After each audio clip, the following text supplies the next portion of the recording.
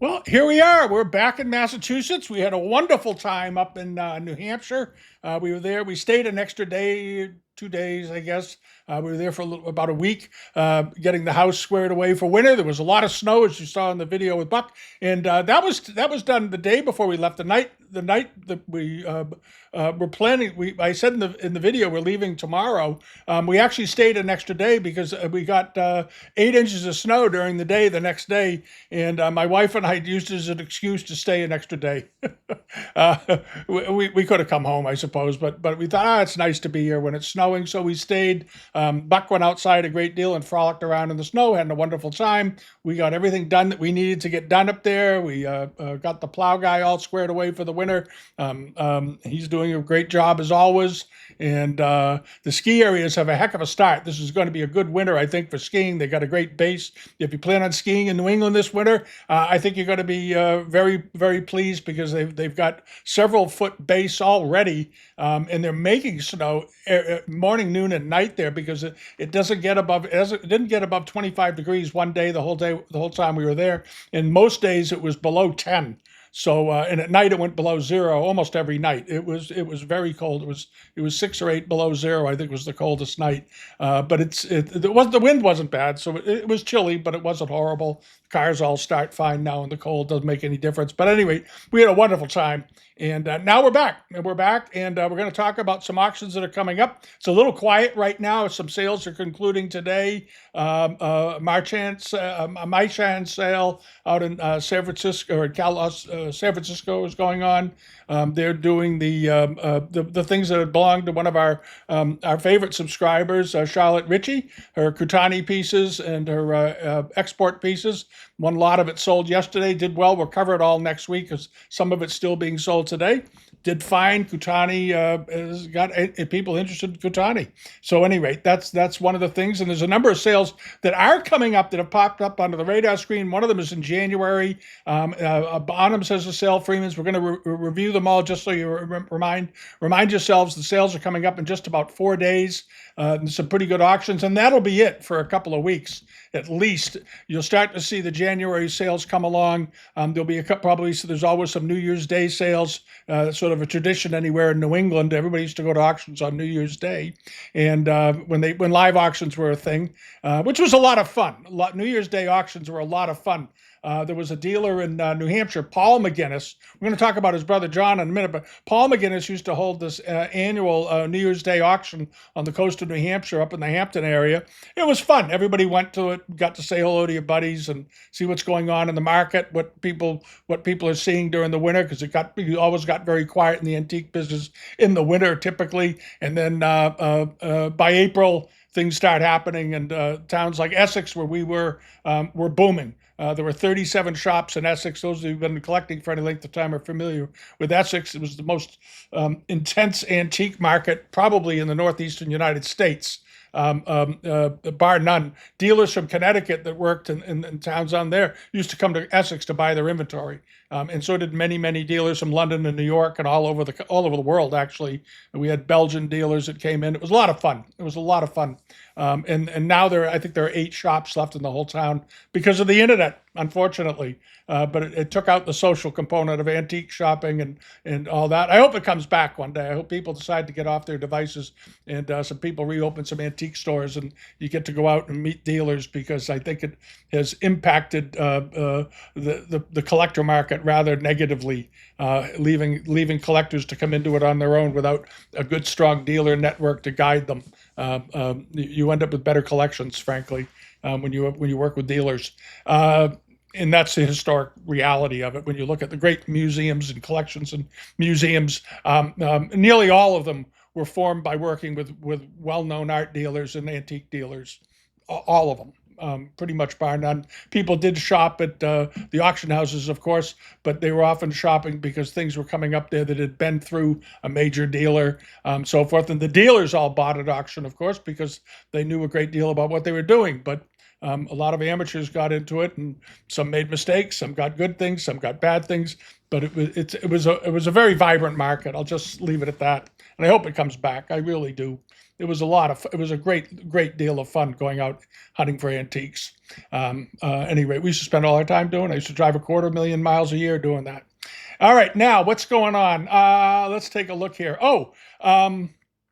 This is coming up at NADOW's on the 1st of January. I mentioned January 1st sales. There's a couple of sales we're going to talk about. This one is the January 1st sale at NADOW's. This very nice set of tin qua paintings, 4 pith paintings, and they have a fairly strong estimate, but I think I'm going to show you why I think it has a strong estimate. These are probably by Tin Qua or by his studio or the Circle of Tin Qua. They don't seem to have the stickers, so you can't be absolutely certain. But because he did mark his pieces, but these are very famous scenes. They're on very fine pith paper, which doesn't appear to have been broken. I think this is a light reflection. If you're wondering, going through the middle of the paper, I would check on that, see what that is exactly, because they all seem to. That one has it, and another one has the same sort of crease. It looks like maybe it's a crease. If it's a crease in pith paper, you can usually, a paper conservator can take it out for you. They can iron it out. Don't you do it. Pith is very brittle. But this is interesting. This is the painting that's the money shot, as they say, in this series of pictures. You have in the middle here the American Hong. And American Hong portraits, about the American flag hanging in front with the British and the French flags on each, flanking it outward, is a very collected painting. The ones with just the European flags, they sell okay. But when it has the American flag in, it's like China trade ships that have American flags. If it's an American flag China trade ship, they sell for a lot more money than the British ones, for example. There are fewer of them, and Americans tend to collect their history, in particular in this area. They're very interested in it, so you tend to get very good prices. There's even been cases where on the oil on canvas paintings of ships, it's been known in the trade that people will remove a French or Italian flag and put an American flag on, send it out to a conservator and change the flags, and it basically doubles the value of the painting, and that has been known to happen. So you always want to blacklight the flag on an oil painting with a China trade oil painting with a ship. Make sure it's original. So at any rate, this is a very desirable scene, and I think that's the reason why the estimate here is fairly strong. The pith paintings of the American Hongs with the flag out of this scene have by themselves sold for over $1,500. So we'll see where it goes. And then over to this. Now this is I don't know why they said this is in the well, it says in the manner of Tin Qua, circa 1800. I read this, I didn't understand it, because Tin Qua wasn't born until 1809, and he didn't really start painting until the 1830s. These paintings were all done around 1800. So I'm not quite sure. The quality is sort of in his style, but what these paintings are, the porcelain production. If you're a porcelain collector, you're probably going to want to own these. These are wonderful, and it's a complete set of 12, and these are fairly large. Before we look at them, they measure 21 by 17 each sheet. They're on European paper. I don't know if it's Watman paper or Northern European paper, but beautifully done porcelain production paintings. Here they are. They look like they're in great condition. Here they are hauling down the Kaolin. Here's the little mine up in the background. And then they bring it down here. They're processing the clay and so forth.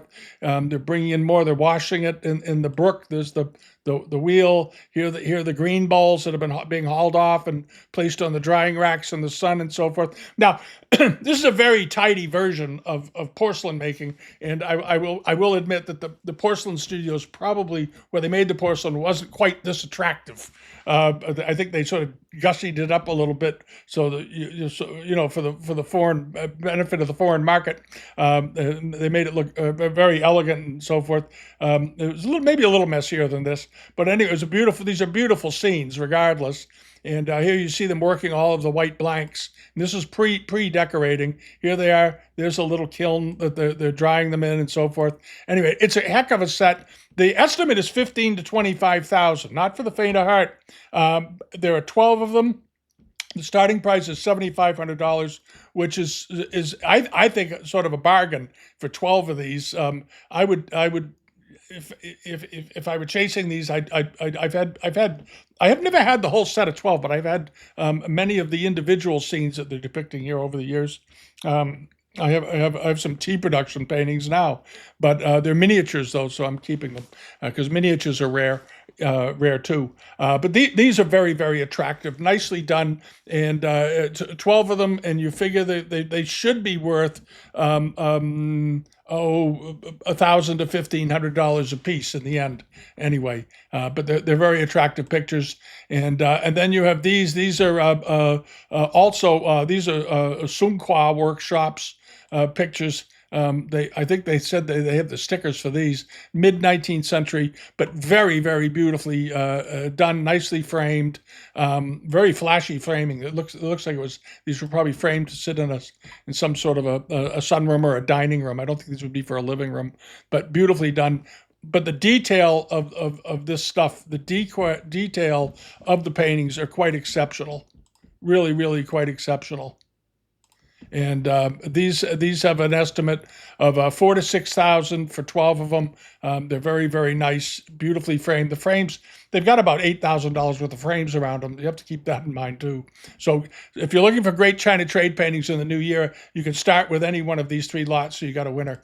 All right, and then over to this. Now I'm pointing. This is not Chinese, but I'm pointing this out. This is an old friend of mine, John McGinnis, up in Amesbury, Massachusetts. It's got a sale coming up. Again, this is January 1st sale. I mentioned, I was thinking his brother Paul used to always have the January 1st sale. Now John's having it. This very attractive Boston games table. If you like American furniture, this is only for the American furniture buyer. This is a really fine Federal table. He's calling it Sheraton. We just call them Federal, I guess. But it's got a serpentine front, beautifully veneered, nicely turned, very fine taper to the legs with these vase feet at the bottom, and they're full height, which is very nice. This lower section here, below this bottom fat turning, often is worn, and they would get worn or chipped, and to level the table they would cut it. And slowly the table would begin to lose height over time. This looks like it's got its full height, beautiful wood grain color, and so forth. The estimate on this is very modest. These tables used to sell for $4 to $6,000 pretty routinely, even more at times. There's the top of it, it's mahogany. It looks like birch veneer on the fronts. I'm not sure. Did they say? Banded inlay, bird's eye maple. Okay, bird's eye maple panels. Thought they might be birch. Anyway, the table's only estimated at $500 to $1,000 with a $250 opening bid. I suspect it'll go over that, but it's a beautiful table. If you live in the New England area and you've been looking for a great side table, games table, breakfast table, this is one of them. And the other thing that's in the sale that's coming up is this. This is a very, very rare Chippendale Boston mahogany clothes press. And these do not turn up very often. There's one very, very similar to it in the Museum of Fine Arts in Boston in their collection. This is a spectacular piece of furniture. It's a spectacular, and it's block fronted. Here are the blocks. So it's called a block front when it has these raised areas coming off the drawer fronts, and beautifully made. And according to the write-up, and John is very sharp on American furniture, as is Dan, who works with him there at his auction house. They're both sharp dealers. They've been in the business for 40, 50 years, and they believe the base on this to be original. So if you like great American furniture, look into this, because back in the 90s, as many of you know, a chest like this would have sold for probably $100,000 to $150,000 at some point. And right now the estimate's $30,000 to $60,000. The $15,000 opening bid. It is absolutely worth it, and I think a lot of people are interested in it. It's got 73 people watching it so far. It's a very rare piece of furniture. We're going to keep track of it, come back to it, and see how it does. I hope it does very well. It deserves to. The other thing that's in this sale is some very, very good paintings from the area. So if you're looking for some good Western art, check out that sale. All right. And I'm mentioning this. This is coming up at Leland Little, right, down in North Carolina. They've got a sale on the 17th. If you're looking for a nice looking Turkish area rug for your house, This is a pretty good one, Western Anatolian carpet. It's about 8 by 10 feet, nice color, very pleasing colors actually, with these floral rosettes running around it, and then creating these independent panels going down down the face of the rug. It's a nice carpet. The estimate is again is everything at Leland Little pretty much $50,000 to $25,000, $50 opening bid. It's only got 9 people watching it. The sale is on the 17th. It's coming up in about 4 or 5 days. But if you're looking for a really terrific rug, it's what is it? It's 6'10" by 8 feet. So it's actually a rather good size to go in a den or a library. It's got nice warm colors, and it wouldn't be terribly expensive to ship. Check it out. All right. And what else is going on? This is also coming at Leland Little. I just wanted to throw that in because I know some of you buy Japanese bronzes. This is also on the 17th. This is a fairly good sized jardiniere. It's about 13 inches in diameter. It's got a very nice patination, nice surface on it, good detail. It's ideal for putting a big plant in or something. But at any rate, again, 50 to 25,000. It's got 10 people watching it. It should bring Meiji period. It should bring $350 to $500 somewhere in there. But if you're one of our Japanese bronze buyers, if you haven't seen this one yet, it's a pretty good one. I'd check it out. All right, and then over to this. This is coming up at Neil Auction House in New Orleans on the 18th of this month. They've got some stuff. Now, we're going to go through this sale probably tomorrow morning, and we'll update the global pages because there's some very problematic pieces also in the sale that are not antique. There are many of the pieces are not antique. Many of them are reproductions. They have some rather good pieces too, but they also have a lot of very slick copies. So I'm just going to warn you all up front, be very careful. And if you're many of you are subscribers over on Patreon, so you can get to the global pages, and we will update it with all the pieces that look good to us. This is one of them that does. It's a nice Kangxi dragon and phoenix dish, and it's rather unusually drawn. The drawing of this is very atypical, and it's fairly good size. It's about 13 inches. I want to double check. 14 and a half inches. Oh, it's even bigger than I thought. And the estimate is very reasonable, $800 to $1,200 with a $400 starting bid, but rather nice. I think this is a nice looking plate, and it does appear it's got nice overglazed blue. The blue on this is not underglazed except on the back. This looks fine to me as Kangxi. And it was, is this from Stern? Yeah, this is from Stern down in New Orleans. He was a dealer there for many, many years. He sold high-end things. I think he was on Canal Street or something. I believe. I'm not sure. Correct me. Some of you knew him, knew the store. I think it's been gone now. I don't think it's around anymore. But they had great things. So I was down there in the late in the 70s, and he was there. I know that. Any rate, $400 opening bid, $800 to $1,200 estimate. It should get there. It should bring more, but we'll see. And then there's some Japanese pieces. Now this is sort of a curious lot. I would like to see back pictures. If you buy Japanese and Chinese and unusual porcelains, you want to get some back photographs of these plates, these 2 plates here at the top. The bottom ones, yeah, okay, fine. They're Japanese Arita, 18th century. But they didn't provide, I don't know if this is a picture of which back, because this is the back of a Japanese dish. But these at the top almost look like they could be some sort of oddball late Ming Chinese piece. I'd want to see a better picture. If these are Japanese, there's something. If you're a Japanese Arita buyer, you definitely want to collect, and you need better. You need better pictures of them. But if you're an Arita buyer, get a hold of Neil and Company and ask to see the backs of these plates. The estimates are reasonable: $300 to $500, $150 opening bid, and there's only 3 people watching the lot right now. All right, so I'm going to bookmark it, and okay, now there are 4. All right, now hopping along over to this. This is also at Neil. This is a pair of Woodside chargers. These are quite nice. They're not the same. They're not a true pair, obviously. These are the ones that are 13 inches in diameter, but rather nice Woodside decoration. One is the one on the left is a little bit brighter and stronger and larger scale with the drawing of the flowers. Very, very similar otherwise. Similar outer borders. All the borders are basically the same, but the inner decoration is scaled differently. The flowers on the left, on the right, are a bit smaller and a little more dainty, I guess you'd say, and the one on the left is a bit bolder, but not enough that it would make a difference. They would display as a pair. They're calling them a pair. They're really not, but they're close enough. Pairs of things from the Ming Dynasty are extremely rare. But anyway, except for you occasionally get a pair of bowls because they're made in a set. But at any rate, $2,500 to $3,500, $1,200 starting bid. I'd be surprised if they bring $3,500. I think that's a heck of a reach. I would think the two of them together are probably worth about $1,500 to $2,000 for the both of them, somewhere in there. All right, but they're good looking. The estimate's not the starting price tells you that that's the reserve probably, or just below that, which is fine. You don't you can't expect to buy these for $500 a piece. So anyway, those are nice looking. Those are good plates. All right, and then this is coming up at Neil's also. Japanese wood panels, Fusuma panels. These are nice. One has grasses on it, the one on the right, and the one on the left has 3 ducks. Or 3 geese. I like these a lot.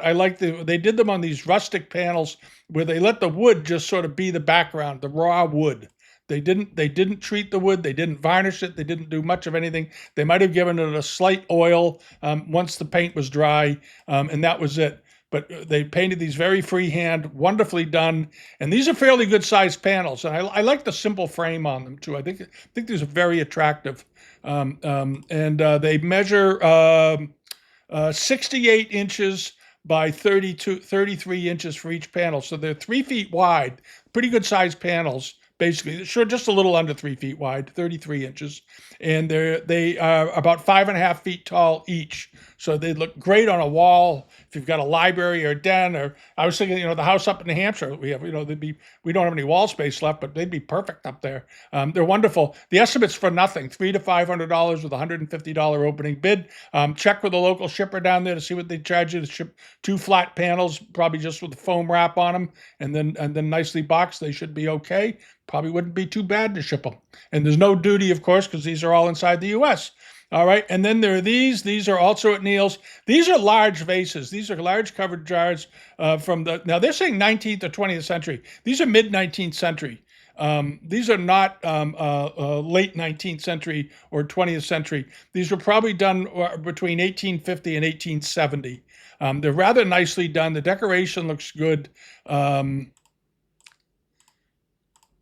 I doubt they say China on the bottom, which would mean 1895 or later. But this shape with these beautiful dome lids and finials in the Fu Lion finials, I like that. I like the big chimeras, dragons on the shoulder. They're really not chimeras; they're more like dragons, sort of like teenage dragons, I guess we'd say. But good size, 18 inches each. And one of the lids, I think, has a repair, they mentioned, but 19 and a half inches each. But they're only estimated at $300 to $500. So if you're looking for a big pair of famille rose jars from the 1850s to 1870s, this might fit you. The estimate's very reasonable. They have what they call normal wear, and like I said, one of the lids has repair, and there's some minor chips, I suspect, where the rims fit on, but that's not a problem. Sales on the 18th of December. All right. And then also these very nice Femi-Vert baluster jars. Now, these look like, obviously, they're done very much like Kangxi examples, but I don't think they are. I think they're probably early 19th century ones, but quite nicely done. They didn't provide a very good shot of the base, so it's kind of hard to tell what that really looks like. They could be maybe late 18th. Yeah, I would buy them. There it is, Henry Stern again, New Orleans. I would treat them as though they're probably late 18th, early 19th century. And if you get them and you see them in person, you may find out they're actually a bit older. But buy them as though they're 18th or early 19th century, but not necessarily Kangxi, because the lids don't look right. I don't think they're quite there. But at any rate, the estimate's very reasonable. And these are large. These are big jars, 18 inches tall. Very good. So they present really well in a room, on a sideboard, or in a hallway, on a pair of big tables. $1,000 to $2,000, which I think is very, very, very reasonable. $500 starting bid. These should bring closer to $3,000, I would think, for the pair. Or $2,000 to $3,000 for the pair. I think the estimate's a little on the low side here because they're extremely decorative and they look to be in good condition overall. So look into those if you're looking for something like that. And then over here, this is also at Neil's. Are this pair of tea cultivation gouaches on paper? These are, what size are these? These are 12 by 15 framed. 11. The sheets are 11 by 14. So they're sort of a medium size paintings, and they are on gouaches on paper. These are not on pith. All right, there they are, and these are rather nice. They're like sort of like like the classic bucolic farm scene that you see in every culture around the world, which is always fun. And you have the farmers out there working the tea fields and so forth, and there's their little factory in the background where the stuff is taken. And here it is inside the tea production facility. And as you can see here, the workmanship, the style of painting is very, very similar to the Chinese porcelain series set that we saw at the beginning that's coming up at another sale. This was how they painted. This was the style, very straight line, very angular, nice scenes, beautifully shot, beautifully viewed areas, moon windows. Rather idyllic place. For a place to work in the early 1800s, this would have been a pretty great place to be working in that very nice building. Anyway, the estimate is $1,000 to $1,500, $500 a piece. Right now there are only 3 people watching it, including me, and this is coming up on the 18th. So if you're a China trade buyer, these might turn out to be a very good buy if you could pick them up for anywhere. Oh, yeah, even up to the high estimate, they're okay. These are nice. They're nice paintings. And I think China trade paintings are so ridiculously under the market. It's under their value in the market. It's crazy. It's like Japanese stuff. I don't get it. Okay, now this is also at Neil's, and this is on the 17th. They've got one on the sale on the 17th, one on the 18th. It's very nice Femi Vare enamel Kangxi dish. This isn't a huge dish. It's about 10 inches, but I love the decoration on it. And it really shows how it was sort of minimal amount of enameling, but just carefully placed and beautifully done, how much impact a plate can have. This thing is it's not heavily decorated. It's sort of sparingly decorated, but takes spectacularly good use of the white areas of the negative space. And then they worked in the roux heads in the center, and then the floral area, and this device in the middle with the flower with the stems coming out. You often see, or sometimes see on the backs of plates. Here it is on the front, and these very nice blue enamels, nice soft yellow. I don't know if this is dirt or there's a little bit of misfiring up here. You might want to reach them if that's going to bother you. Ask them if this cleans off, because a lot of auction houses don't clean anything before they put them up in their photographs. They just take them out of the crate from the attic of the house where they came from, and also check on conditions. I don't think this is a repair, but it's slightly yellower than the rest of the plate. It may be from the firing, but you want to double check.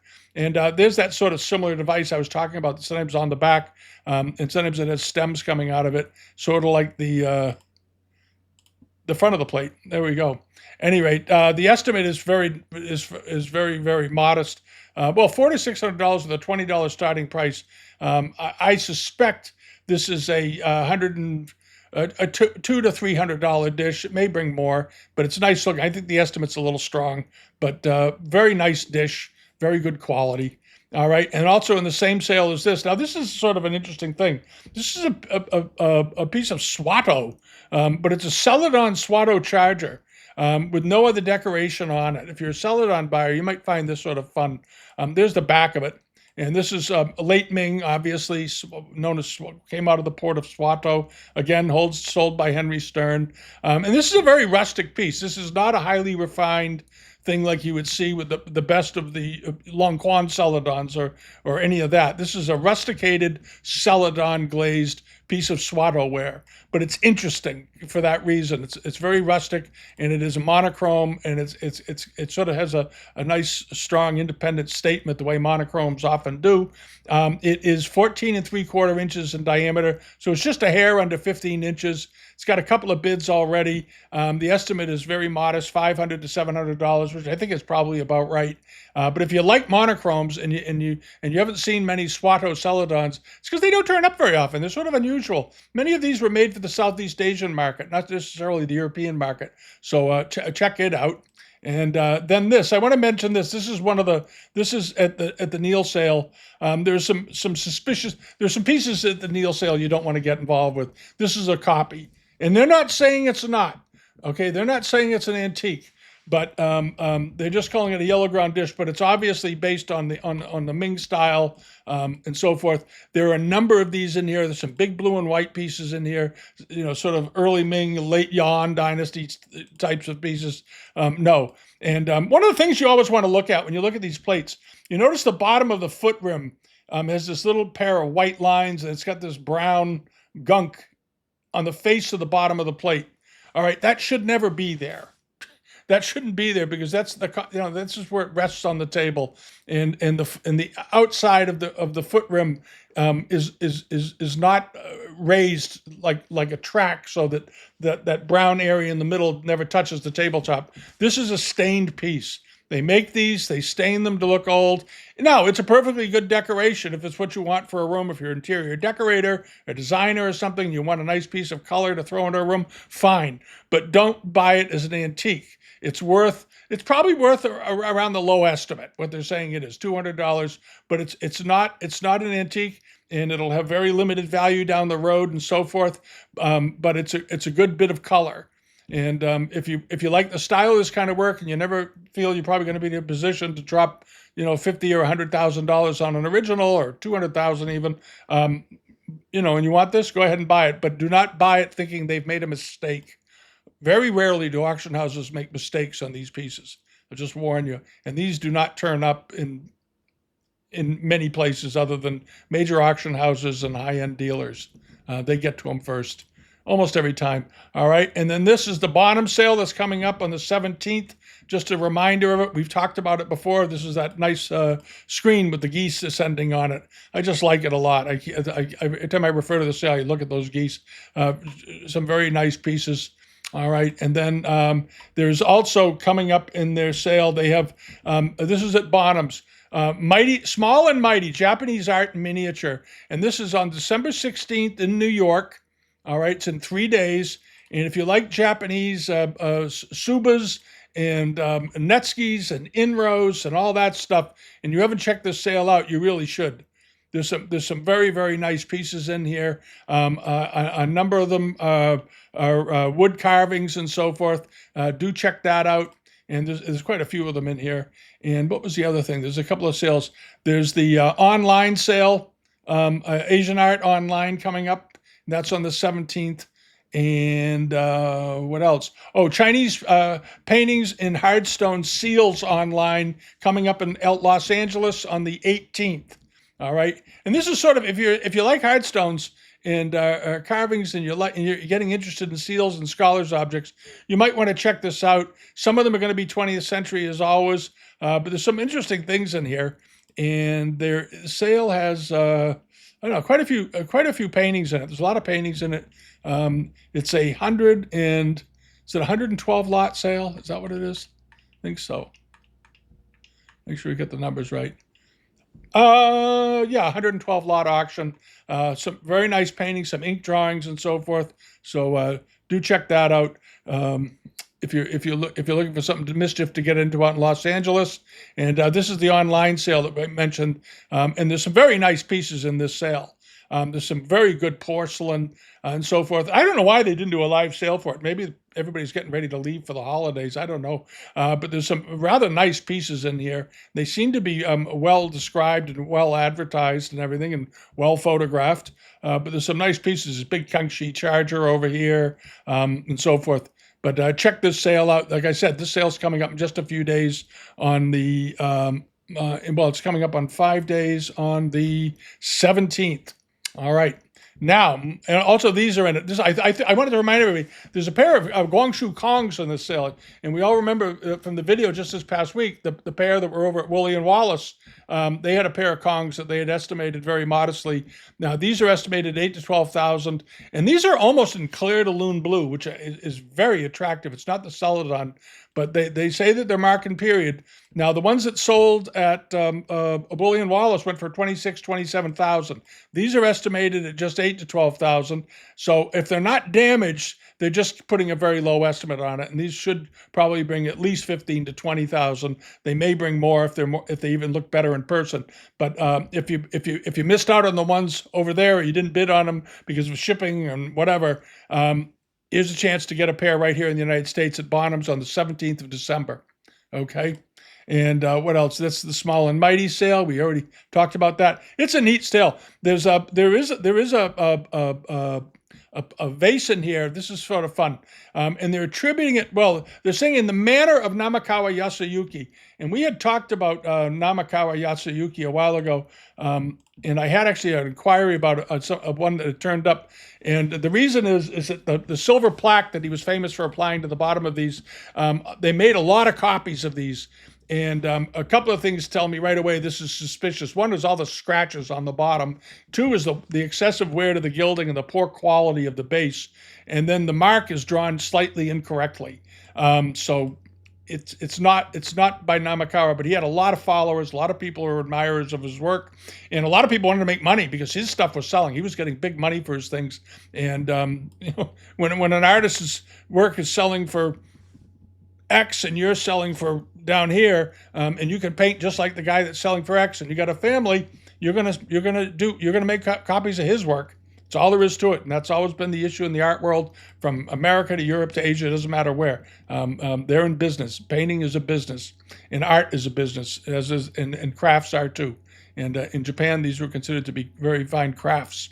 All right, now this is the Freeman sale. Just a quick reminder, coming up in a few days, in about 4 days, and it looks like the more I look at it, it's a dandy sale, and so don't forget about that.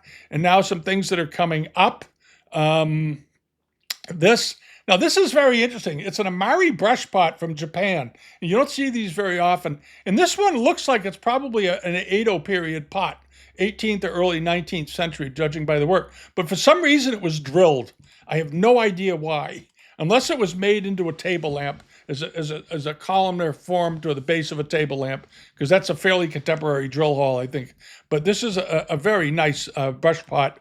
And if you collect brush pots, and you're saying, I haven't seen one of those, it's because they don't turn up very often. Japanese did not make, in the Amari kilns and the Arita kilns, they did not make a lot of brush pots. They just never did. It wasn't of that much interest among the scholarly community in Japan to make brush pots in this manner. They made wooden ones, bamboo ones, all the time. And this is at Akaba down in Dana Beach, Florida, has this. So do check that out. That's a pretty nifty looking pot. I like that. And then this is just something as an aside. This is the McGinnis sale that's coming up on the 1st of January. I don't know how many of you out there are familiar with Alfred Thomas Britcher, but he was a very famous American painter. And I was talking about this on the Patreon, to the Patreon subscribers this week. And the more I look at this, the more I think it may be a Thomas Britcher painting. It doesn't have a signature on it. That's the problem. And I've actually emailed McGinnis to find out why they don't think it's a Britcher, because it had a Vos Gallery label on it in Boston. And Vos Gallery, very famously, they're a very old gallery, been around since the 19th century, the family handled a lot of Britcher paintings. They also handled a lot of great China trade paintings. They handled a great art, period. But boy, if this isn't a Britcher, I don't know. And I wonder if they got it out of the frame, or he didn't sign everything he did. So this may be a bargain for someone, because this paintings sell for $30,000, $40,000, $50,000 and up. And this one is only estimated at $1,000 to $2,000 with a $600 opening bid. So do check that out. All right. And then some things that sold last week. There haven't been a huge number of results. This was something we talked about over on the Patreon side. I may have talked about it over here. It was this very nice Ming blue and white charger, probably Jing period, that came up. This was offered by Clark down in Larchmont, New York, just down the road from here. 15.75 inches in diameter, and it had sold originally back in the 80s or 90s to a dealer for several $1,000s as well. This time around, it ended up going for $2,400 plus the premium, so around $3,000. $3,100, something like that, all in and done. But it's a heck of a nice plate. And then this, you may remember the Daosai Chinlong incense burner that we talked about a few weeks ago, and last week, just as a reminder, we talked about it, and we thought it might bring 30 or 40,000. Well, it did. It actually went over that. It brought 34 plus the premium, or 40 43,500, right around there. Anyway, here it is. Very nicely done. Dowside decorated. Now, it had damage to it. That's what held the price back. And it didn't have its original lid, obviously. It's got a very fine wooden lid with a nice finial on it. But here's the pot with the very nice chin lung mark across the front. Sometimes you see them with these. We saw one a number of years ago where the chin lung mark had been grounded off, and it apparently was occasionally they ground off rain marks when pieces were snuck out of the country because nobody wanted to get caught, I guess, taking imperial pieces out. Anyway, there's the picture of the bottom of it. We thought it looked fine a couple of weeks ago when we first previewed it. We thought it looked authentic, and here's the handle. One of them is damaged. This one is apparently the good one. The other side, that's another side of that same handle. Hold on a second. That's the left side and the right side looking at that. But the handle, one of the handles had a repair. There it is.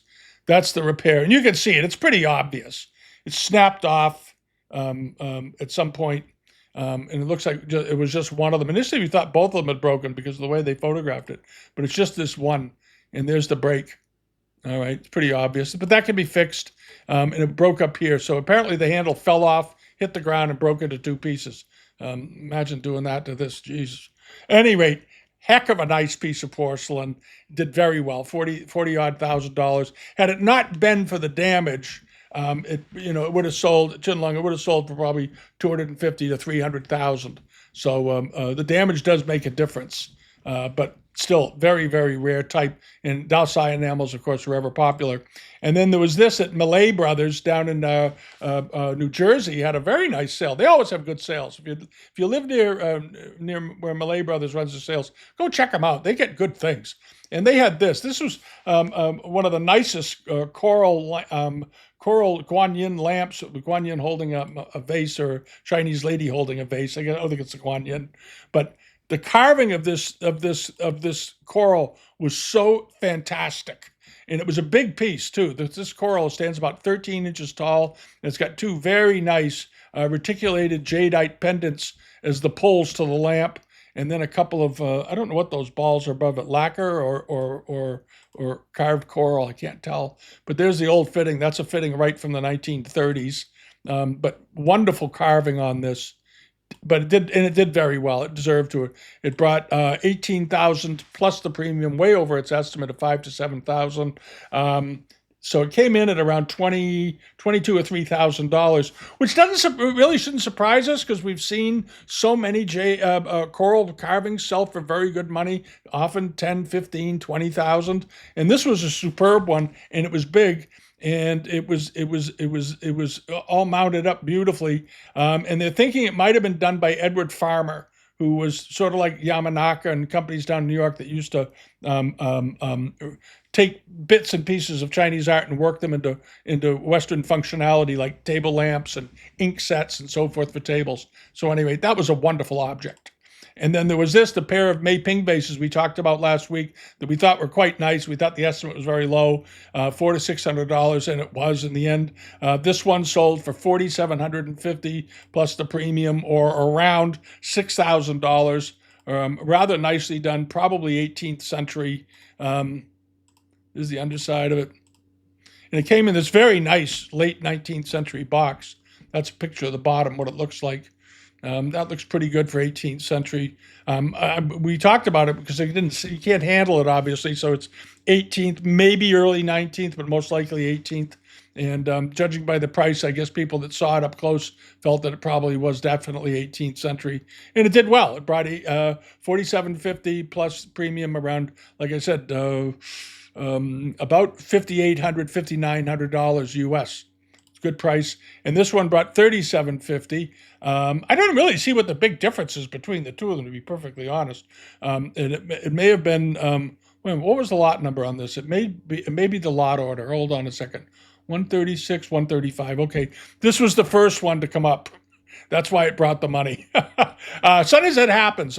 People go after one, and then what happens is the top bidder, he's got his. So he drops out, and the second one, if you have two of them, sells for a lot less because that other guy isn't there anymore. He already got his piece. He got the one he wanted.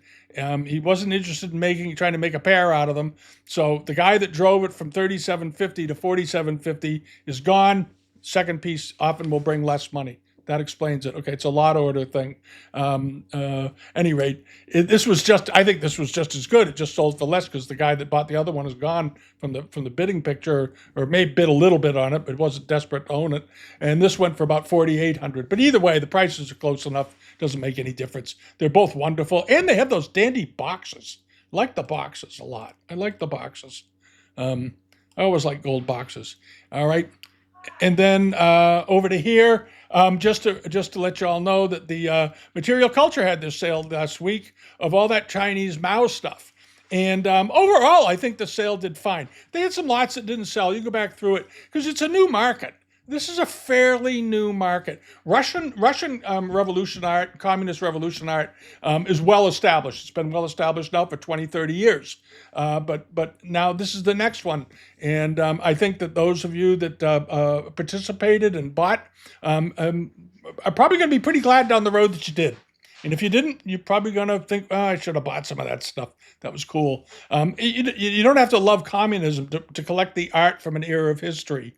All right, just like if you collect art from the King of France, it doesn't mean you were a big fan of having kings. It was an important part of history, and that's just the way it is. And you can't ignore it. That's all there is to it. So if you're a true interested in history, collect history. And but here, this was a sort of interesting lot of 4 ginger jars. They were all done during the revolutionary period, probably in the 1960s or so. But rather interesting with the soldier, flying through the air with the gun and all this sort of whimsical stuff, and the floating women and so forth. But perfectly nice pots, sort of interesting. The biggest one was about 9 inches, and all 5 of them, and one of them had damage, had a break, as you could see, to the rim of the jar. So you had 4 that were fine, and 1 that wasn't, and the whole lot with the premium ended up going for about $750, $800, which is fine. So, at any rate, that was it for the week. And I hope you found something out there if you did any buying and you were able to get it. And just remember that the Bonhams has still got a couple of sales. The Nadaus got a couple of sales coming up. Neil's got a sale coming up. The My Shines is doing their sales over the next couple of days, and so forth. And then expect it to be quiet. You'll start to see some of the January sales turning up in the next week or two, as we saw with the McGinnis and so forth. They're going to have their January 1st, 2nd, 3rd, 4th, because everybody likes to get out at least a month ahead of their auction dates. So I think that's what you're going to start to see now. You'll see sales turning up that are going to be happening on January 5th, 8th, 10th, 20th, and so forth. And we'll check them out when they come. All right. If you haven't subscribed yet, here, please do join us each week when we do these. We try to do a couple in between during the week of other sales that might be of interest to people. And join us over on Patreon if you'd like to. We'd love to have the company. And have a wonderful weekend and stay warm out there. All right. Bye-bye.